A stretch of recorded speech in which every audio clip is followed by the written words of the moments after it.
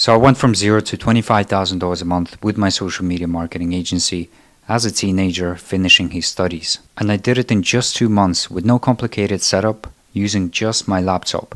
And I was following a blueprint that I rarely see anyone talk about. So if you're someone who's on the edge of starting their agency, or you already started and you're building up your website, then this video can speed up your journey to your first 2 to 5 high-ticket clients. I want to show you exactly what I did so you can simply just copy me and follow the blueprint to make a lot of money for yourself. Now the first thing I needed to figure out is, who am I even going to sell my services to? So I had to pick a niche, and then pick a niche within that niche, and then do heavy market research on that niche in order to understand the different angles I can approach that market with when selling my services. Now most people will just watch a Joel Kaplan video or an Iman Gadzhi video and go ahead and start an agency within the e-commerce space or the home improvement space. And this is where 90% of you go wrong, because no one can really tell you what niche to go for, what niche is the best. There's not one single niche that is the best, right? It just doesn't work that way. So you got to take the time to research different industries, to look at your own skill set, your own service, and to try basically understand who can benefit from your skill set the most. Now this is probably the core reason why most people who start in this business model don't really ever see their first 10K months, right? And the reason for that is because they haven't taken the time to actually research different industries, they haven't taken the time to research the industry they've chosen, and they haven't taken the time to build out their client profile. So to make your life easier, let me just tell you exactly what I did at this stage of scaling my agency, so you can do it in the most efficient way possible. Now a common myth is that there's a niche that everyone should go into, like a golden niche.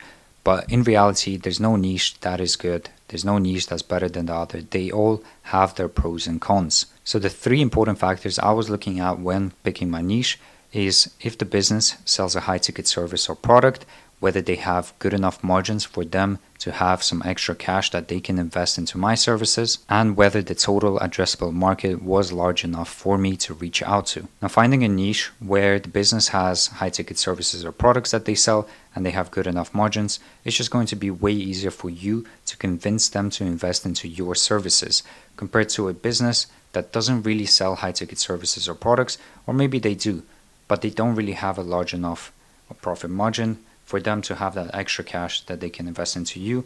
So that's going to make your life way harder to convince them to invest into you. The second thing I'll look for is if they can actually benefit from my service. Now there's no point going into the e-com niche and offering cold emails or cold DMs or short form editing, because the way a business would look whether your service would benefit them or not is by asking themselves, is this going to make me a lot more money? Is this going to save me money? Is it going to save me time and energy? But most of the cash is made whether you can save the business money or you can make them a lot more money. Because the more money you can make or save the business, the more you can charge for your services. Now, after I understood the principles of picking a good niche, I went onto ChatGPT and asked it to list 10 to 15 different industries based on the principles that I give it. Now, after it gave me 10 to 20 different industries, I would ask ChatGPT to basically rank them from the best niche to the worst niche that I could go into based on my own preferences and principles. Now, that niche was in the bathroom and kitchen remodeling space. So after I picked my niche,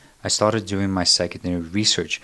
What secondary research basically is simply just Googling everything you can about the specific niche industry that you're going into in order to be able to understand how they make decisions, what their services looks like, what their sales process looks like, what their business owners are, right? How they think, how they feel, what they tried in the past.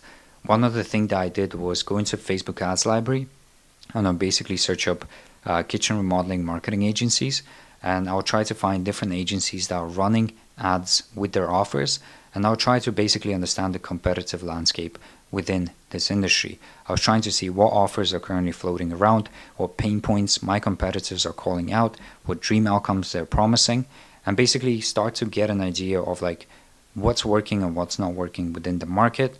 And also I started building up the client profile that I'm going after. Now once I did my secondary research, I did that through Reddit, Quora, YouTube, Facebook ads library to try and understand the competitive landscape.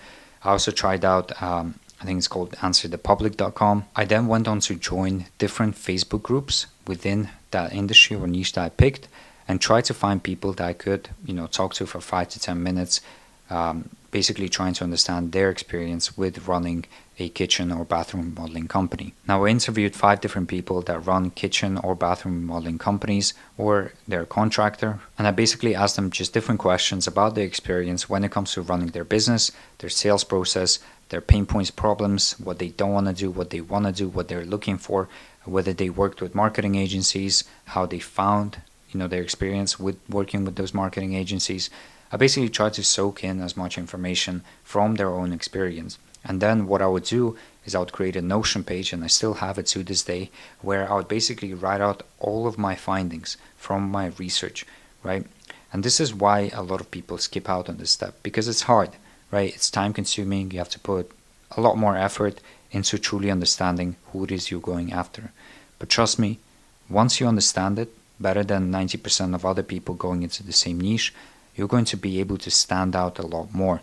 And when you stand out a lot more, you interrupt patterns, and when you interrupt patterns, you're able to attract more attention. So now that I had a profitable niche that I know I can make money in if I approach it in the right way, I understood the ins and outs of my target clients, I understood the competitive landscape, and in order for me to make a lot of money in that niche, I needed to be able to stand out in the market while still being relevant to the target client profile that I'm going after, and offer a sweet deal for them to come to work with me instead of my competitors. And that comes with creating a good offer. Now, if I just said I'll do Facebook ads and nothing else, I would probably get destroyed by thousands of other agencies within my industry. Now, speaking of getting destroyed by your competition, if you want to avoid that, then feel free to join my free community, where I give you a step-by-step plan to hit your first 10K month with your agency. You see, Alex here did not get destroyed by his competition because he joined Amplify, and now he has closed his first 2 clients and booked his first 4 calls in just one single week. So be like Alex, check the pinned comment and you'll find a link to join the free community. Okay, so now that we understand who we're going after, we need to come up with a very, very, very sweet offer that will convince them to come and work with us. Now, you've probably seen this graph before by Alex Hormozi on creating a non-brainer offer. And whether you started or not, you probably try to apply the principles from this graph into your own offer. Now, I think a lot of people misunderstood what Alex Hormozi was actually trying to teach you when it came to creating your offer. What most people did is start throwing crazy guarantees into their offers, promising crazy outcomes. I mean, the craziest outcome I've ever seen someone promise is like $1 million in a month. Right?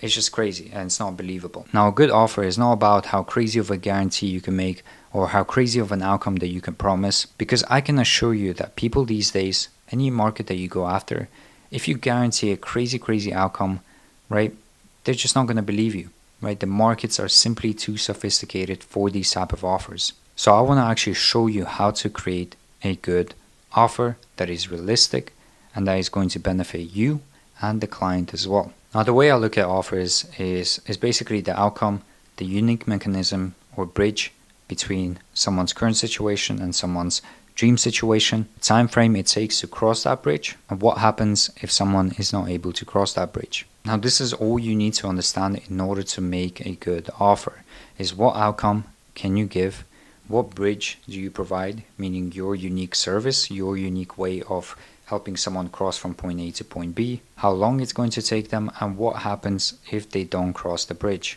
Now, when you create your offers, you need to be as specific as possible with exactly how you're going to help the business achieve their dream outcome. So what I mean by this is solving a niche specific problem. Now, for example, let's take a home improvement business that runs Facebook ads to generate leads.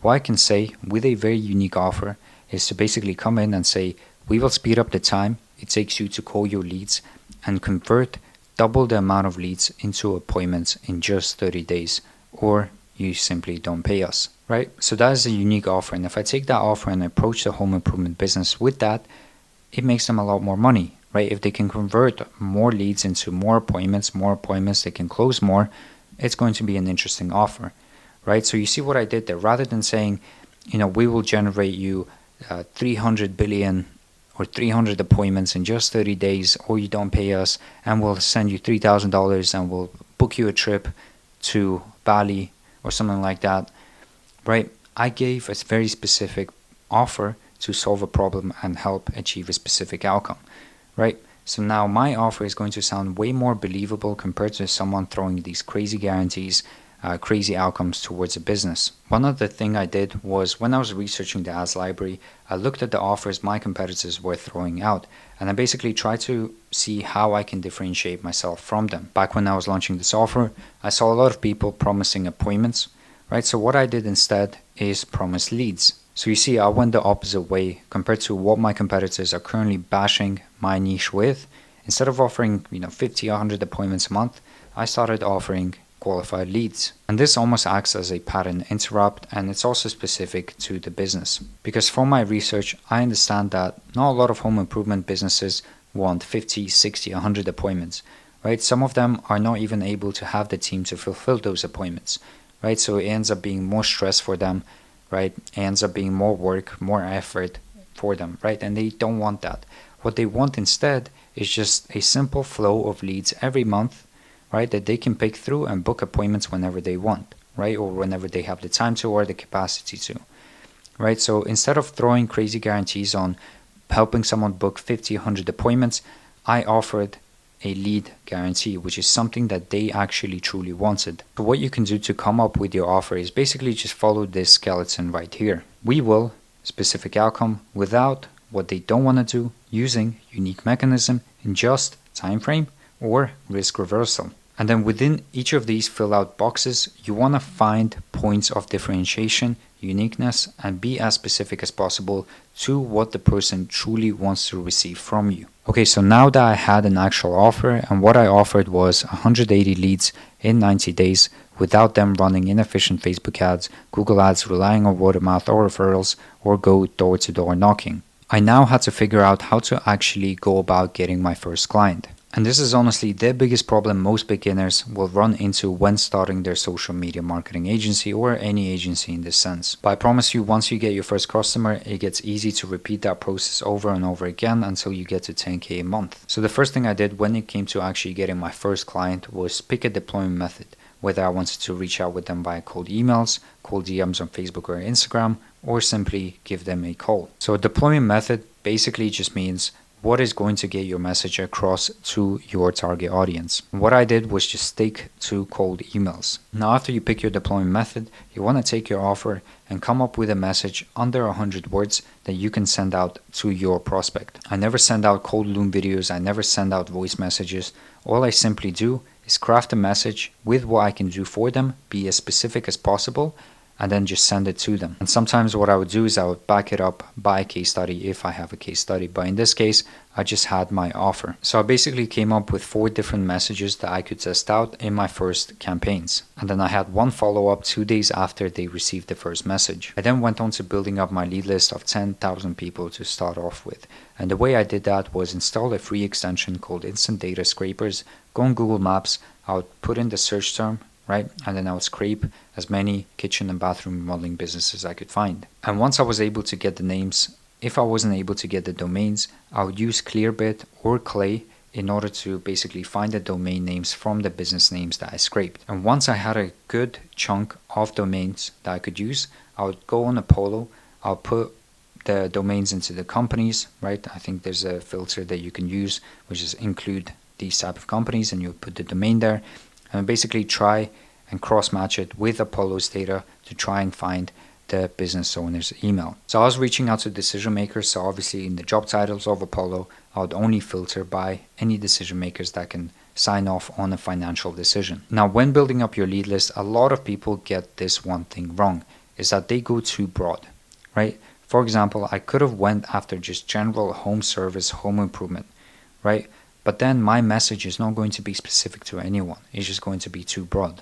So that's the reason why at the start of the video I said pick a niche and then pick a niche within that niche, because you are able to be as specific as possible, right? And now that I'm scraping a list of kitchen and bathroom remodeling companies, my message is going to resonate with just kitchen and bathroom remodeling companies.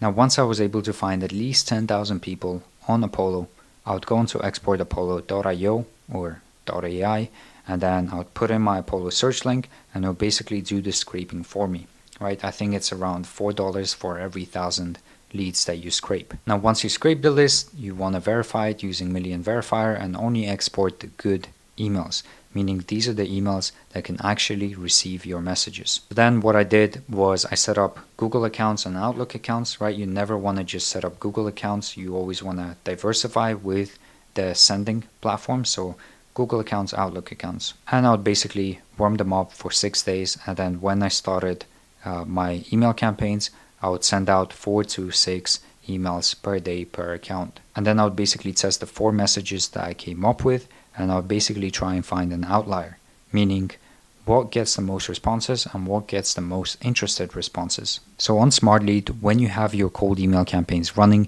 you can basically see how many people replied to your email and how many were interested.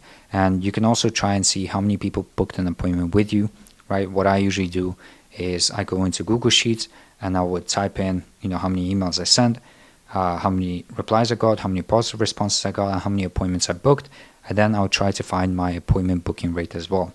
And once I was able to find that specific message after countless of, testing different variations, trying to go within my KPIs, once I found that message that was booking me appointments at a 0.5% appointment booking rate, I basically took that message and I scaled it up. And this is essentially how I was able to start seeing appointments coming into my calendar and closing my first ever client. So now we're making $2,500 a month with one retainer client that we have a guarantee with to provide 180 leads in 90 days.